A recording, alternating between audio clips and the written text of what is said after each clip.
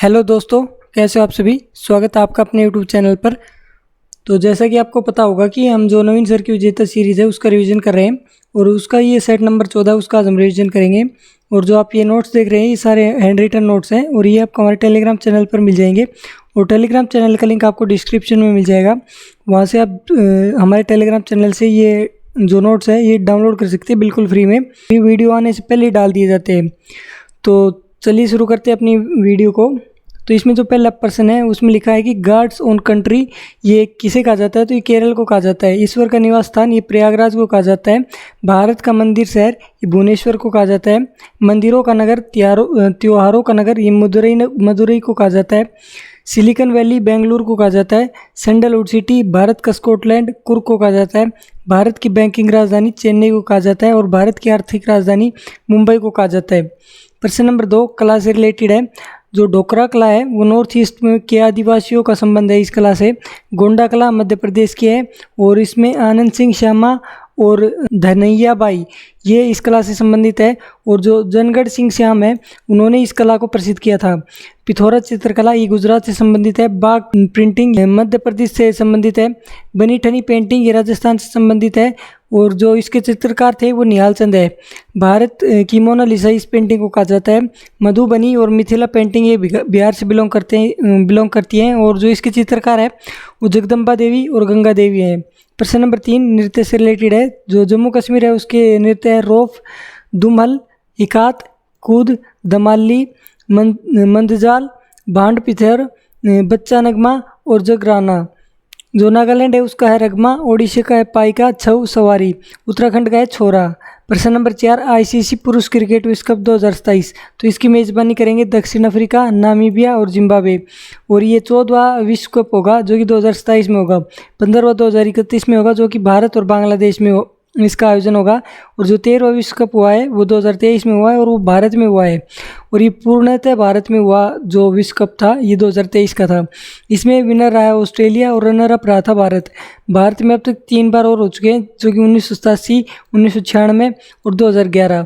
प्रश्न नंबर 5 उच्चतम न्यायालय के न्यायाधीशों की संख्या में वृद्धि।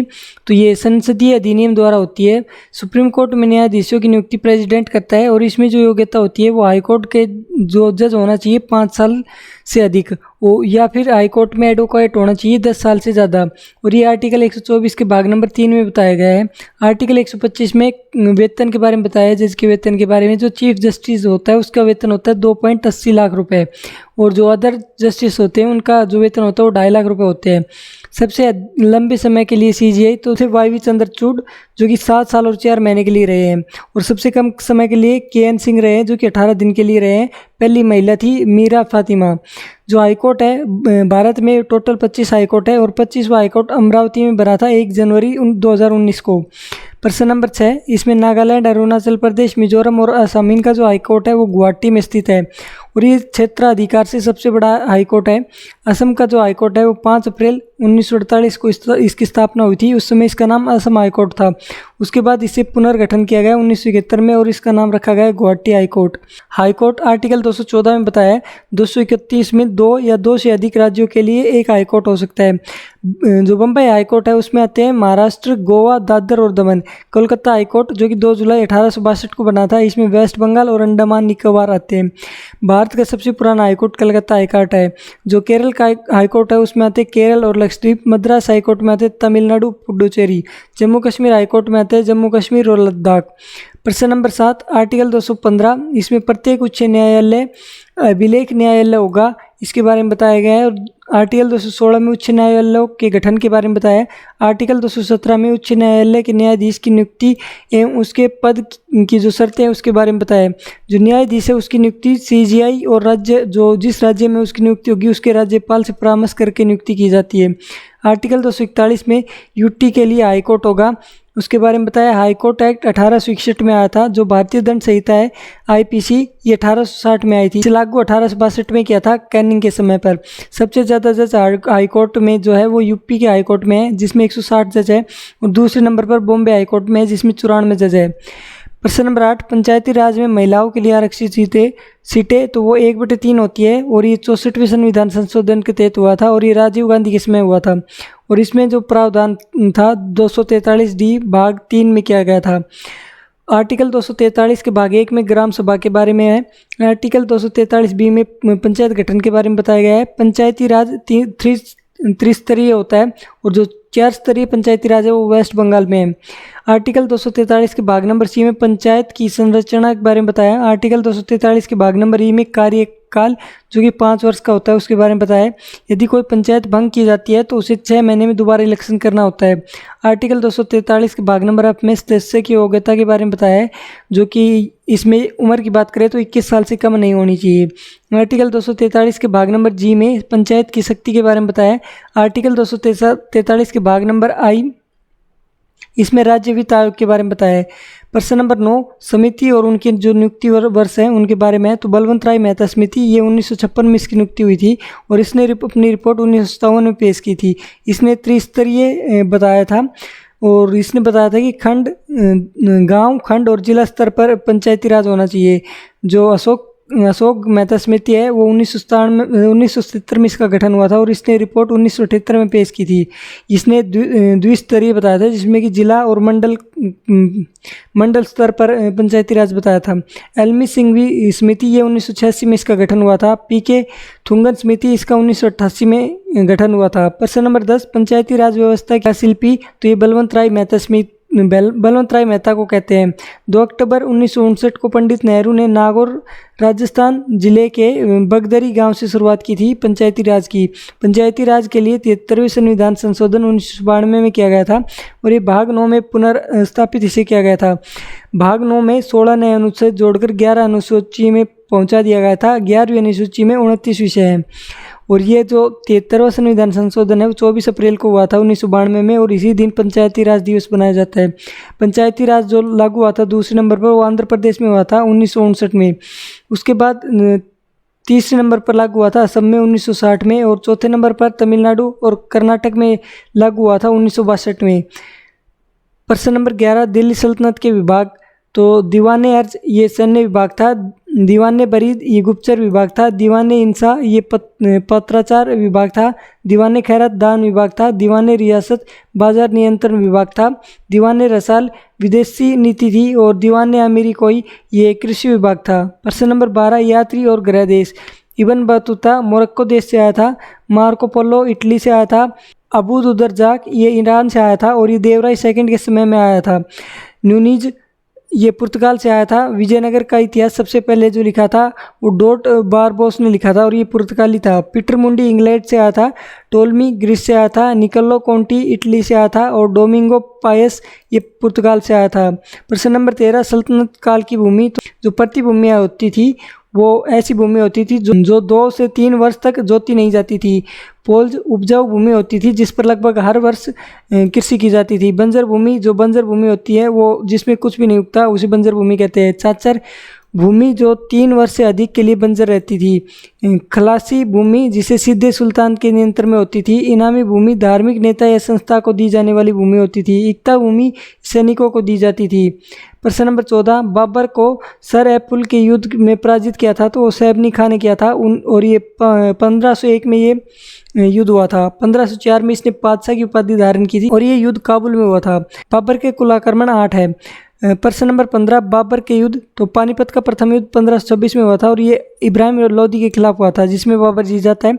इसमें इसने तुलगमा, रुम्मी और उस्मानी विधि का इस्तेमाल किया था। खानवा का युद्ध ये 1527 में हुआ था जो कि राणा सांगा के खिलाफ था। इसमें भी बाबर जीत जाता है। घाघरा का युद्ध 1529 में हुआ था जो लोदियों के खिलाफ था। इसमें भी बाबर जीत जाता है। और जो चंदेरी का युद्ध 1528 में हुआ था मेदनी राय के खिलाफ, इसमें भी बाबर जीत जाता है। गाजी की उपाधि खानवा के युद्ध के बाद धारण की थी। जल और थल दोनों में लड़ा गया था तो वो घाघरा का युद्ध था। बाबर की आत्मकथा तुजुक ए बाबरी है जिसे बाबरनामा भी कहा जाता है और ये तजकाई तुर्क भाषा में लिखी हुई है। जो बाबर की अन्य पुस्तक है मुइयान और दीवार है। प्रश्न नंबर 16, जो बाबर का शासनकाल था वो 1526 से 1530 तक था। हुमायूं का शासनकाल 1530 से 1540 और 1555 से 1556। अकबर का 1556 से 1605 तक था। अकबर का जन्म 1542 में हुआ था। चौसा का युद्ध 1539 में लड़ा गया था। हुमायूं का कलिंजर अभियान 1531 में हुआ था। 1532 में देवरिया युद्ध जीता था। 1533 में हुमायूं ने दीनपरा पुस्तकालय बनाई थी और 1539 में चौसा वार हुआ था, जो कि हुमायूं और शेरशाह सूरी के बीच में हुआ था, जिसमें शेरशाह सूरी जीत जाता है। 1540 में बिलग्राम और कन्नौज का युद्ध हुआ था हुमायूं और शेरशाह सूरी के बीच में। इसमें भी शेरशाह सूरी जीत जाता है। दिल्ली छोड़कर हुमायूं को भागना पड़ता है। प्रश्न नंबर 17 कथन है, तो पृथ्वी के अक्ष के उत्तरी सिरे को उत्तरी ध्रुव कहते हैं। पृथ्वी के अक्ष की समानांतरता है जो अपसौर होता है, यानी कि एपीलियन। इसकी जो तिथि होती है वो 4 तारीख को होती है और इसमें जो दूरी होती है उस दिन वो 15.2 करोड़ किलोमीटर की होती है। इस दिन पृथ्वी से सूर्य की दूरी सबसे अधिक होती है। अपसौर यानी कि पेरिलियन ये 3 जनवरी को होता है और इसमें जो दूरी होती है वो 14.7 करोड़ किलोमीटर दूरी होती है सूर्य और पृथ्वी की। जो इक्वेटर लाइन है वो 13 देशों और 3 महाद्वीपों से गुजरती है। प्रश्न नंबर 18, ग्रीनविच यमोत्तर और भूमध्य रेखा एक दूसरे को काटती है, तो ये अटलांटिक महासागर में काटती है। इसमें 180 डिग्री देशांतर रेखा है जो कि इंटरनेशनल तिथि रेखा कहते हैं। जो भारत की IST है वो 82 डिग्री पर पूर्वी देशांतर पर स्थित है और ये UP, MP, छत्तीसगढ़, उड़ीसा और आंध्र प्रदेश से गुजरती है। कर्क रेखा ये 23.5 डिग्री पर नॉर्थ पर स्थित है जो कि 8 राज्यों से गुजरती है। कर्क रेखा और IST भारत जो कि एक दूसरे को काटती है और छत्तीसगढ़ के सूरजपुर के भैंसा मुंडा में काटती है। प्रश्न नंबर 19, हॉर्स अक्षांश, तो ये 30 डिग्री पर है और इसे हॉर्स अक्षांश उच्च दाब होने की वजह से कहा जाता है। प्रश्न नंबर 20, इक्विनॉक्स वर्ष के जो 2 काल होते हैं वो होते हैं 21 मार्च और 23 सितंबर को। इस दिन और रात बराबर होते हैं 12-12 घंटे के।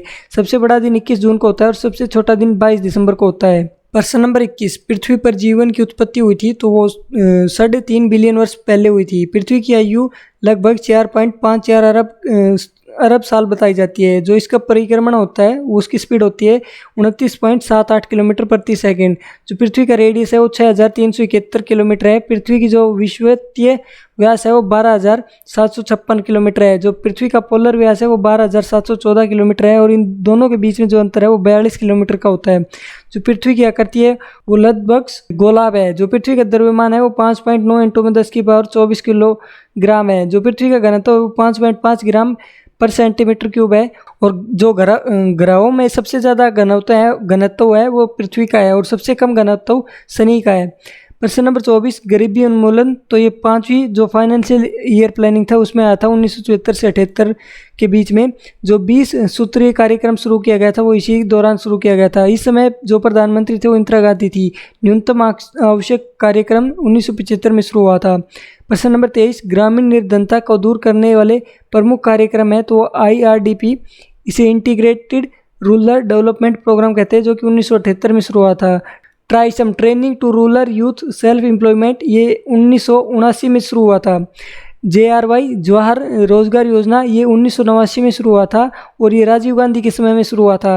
राजीव ग्राम समृद्धि योजना ये 2001 में शुरू हुई थी। प्रश्न नंबर 24, लोरेंज वक्र द्वारा मापा जाता है तो वो आय की विषमता मापते हैं। प्रश्न नंबर 25, भारत में निर्धनता के स्तर का आकलन तो परिवार के उपयोग व्यय के आधार पर की जाती है। जो सचिन तेंदुलकर समिति थी उसने बताया था कि ग्रामीण क्षेत्र में अगर कोई डेली 27 रुपये से अधिक खर्च करे तो वो जो गरीबी रेखा है उससे ऊपर होगा और अर्बन में अगर 32 रुपये डेली खर्च करे तो वो गरीबी रेखा से ऊपर माना जाएगा। 2011 और 2012 में गरीबी रेखा जनसंख्या 21.9% थी। जो बहुआयामी गरीबी सूचकांक है उसमें स्वास्थ्य, शिक्षा, जीवन स्तर ये सब देखा जाता है। प्रश्न number 26, the main reason for heat transfer in liquid and gases is, तो वो कन्वेक्शन होता है। सॉलिड में कंडक्टिविटी से होती है और जो रेडिएशन होता है इसमें कोई भी माध्यम की आवश्यकता नहीं होती है। प्रश्न नंबर 27, किसी ठोस धातु का ऊष्मीय चालकता सामान्यतः बढ़ते तापमान के साथ तो ये घटेगा। प्रश्न नंबर 28, जल का वाष्पीकरण यानी कि वेपोराइजेशन, तो ये एट ऑल टेम्परेचर होता है और लिक्विड टू गैस में बदलता है और गर्मियों में जो ठंडा पानी होता है मटके में वो वेपोराइजेशन की वजह से होता है। प्रश्न नंबर 29, वीक एसिड, तो जो CH3COOH और H2CO3 ये वीक एसिड होते हैं, ये होता है एसिटिक एसिड और H2CO3 ये कार्बोनिक एसिड होता है। जो pH मान होता है वो 0 से 14 के बीच में होता है। 0 से 7 के बीच में एसिडिक होता है, 7 पर न्यूट्रल होता है और 7 से 14 के बीच में बेस होता है। जो pH स्केल है सोरेनसेन ने इसकी खोज की थी 1909 में। जो HCl होता है डाइल्यूट HCl उसका pH मान 1 होता है। कंसनट्रेटेड HCl का pH मान 0 होता है। पेट में जो HCl होता है उसका pH मान 1.5 होता है। HNO3 इसका pH मान 3 होता है और जो H2SO4 है उसका pH मान 2 से 3 के बीच में होता है। प्रश्न नंबर 3 एसिड के बारे में, यह स्वाद में खट्टा होता है। यह जलीय माध्यम तरल अवस्था में H पॉजिटिव का निर्माण करता है। यह नीले लिटमस को लाल में परिवर्तित करता है। H2CO2 और लवण का निर्माण करने के लिए धातुओं और बाइकार्बोनेट के साथ अभिक्रिया करता है। आयरनियस के अनुसार जो पॉजिटिव घनात्मक उत्पन्न करते हैं वो एसिड होते हैं। जो ऑक्सी एसिड होते हैं वो हाइड्रोजन प्लस ऑक्सीजन से मिलकर बने होते हैं। इसमें आता है H2SO4 और HNO3। जो हाइड्रो एसिड होते हैं वो हाइड्रोजन और अधातु से मिलकर बनते हैं, जैसे कि HCl, HBr और HCN। प्रश्न नंबर 31 कौन सा विलयन pH पेपर को नीला कर देगा? तो सोडियम हाइड्रोक्साइड। और जो बेस होता है वो लाल से नीला कर देता है। प्रश्न नंबर 32 अंग पित्तशय रस यानी कि बाइल जूस स्रावित करता है तो वो एकरत करता है। और सबसे बड़ी ग्रंथि होती है वो एकरत होता है। इसका वजन 1.5 किलो से 2 किलो तक होता है। बाइल जूस 7.7 से 7.77 ये बाइल जूस का pH होता है। वसा का प्यासीकरण यकृत में होता है। जो पित्तरस होता है उसमें भोजन को सड़ने से रोकता है पित्तरस। बिलीरुबिन को एब्जॉर्ब करता है ये। और जो यकृत की सेल होती है वो हेपरिन बनाती है और ये हेपरिन रक्त को जमने से रोकता है। प्रश्न नंबर 33 पाचन तंत्र, तो इसमें सबसे पहले इंगेशन, फिर डाइजेशन, फिर एब्जॉर्प्शन, फिर एक्सक्रीशन और फिर डिफेक्शन। प्रश्न नंबर 34 स्वादिष्ट भोजन देकर मुंह में पानी आ जाता है तो स्नायु संबंधी प्रक्रिया यानी कि नर्वस रिस्पॉन्स। प्रश्न नंबर 35 व्यक्तियों के पाचन तंत्र की जांच करने के लिए इस्तेमाल किया जाने वाला यंत्र तो एंडोस्कोपी होता है। और जो रेडियोग्राफी होती है वो एक्सरे में होती है। तो ये टोटल 35 सवाल थे। इस सेट में 35 सवाल ही नवीन सर ने करवाए थे, तो सबका मैंने आपको रिवाइज करवा दिया है। तो आपको वीडियो कैसी लगी हमें कमेंट बॉक्स में ज़रूर बताइए। अगर वीडियो अच्छी लग रही है तो वीडियो को लाइक करें और चैनल को सब्सक्राइब करें। तो ये PDF आपको हमारे टेलीग्राम चैनल पर मिल जाएगी और टेलीग्राम चैनल का लिंक आपको डिस्क्रिप्शन में मिल जाएगा। वहाँ से आप ये PDF डाउनलोड कर सकते हैं और वहाँ पे और भी बाकी PDF डाली जाती हैं। जो भी हमें जिस भी बुक की PDF मिलती है या जो भी अलग नोट्स मिलते हैं वो डाल दिए जाते हैं, वहाँ से आप डाउनलोड कर सकते हैं। तो मिलते हैं आपसे अगली वीडियो में, तब तक के लिए धन्यवाद।